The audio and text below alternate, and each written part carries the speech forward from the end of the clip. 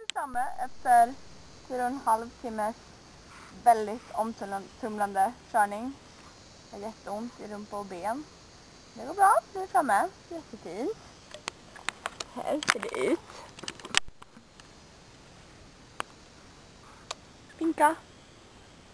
Hej. Och snart ska vi ut med båten. Kolla lite efter djur och kolla på solnedgången.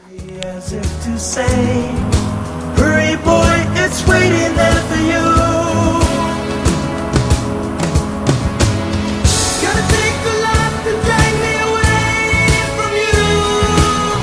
There's nothing that 100 men or more could ever do. I bless the rains down in Africa.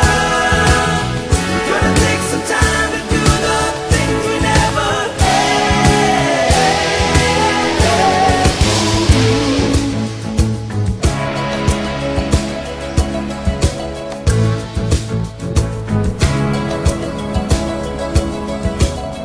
Wild dogs cry out in the night as they grow restless, longing for some solitary company.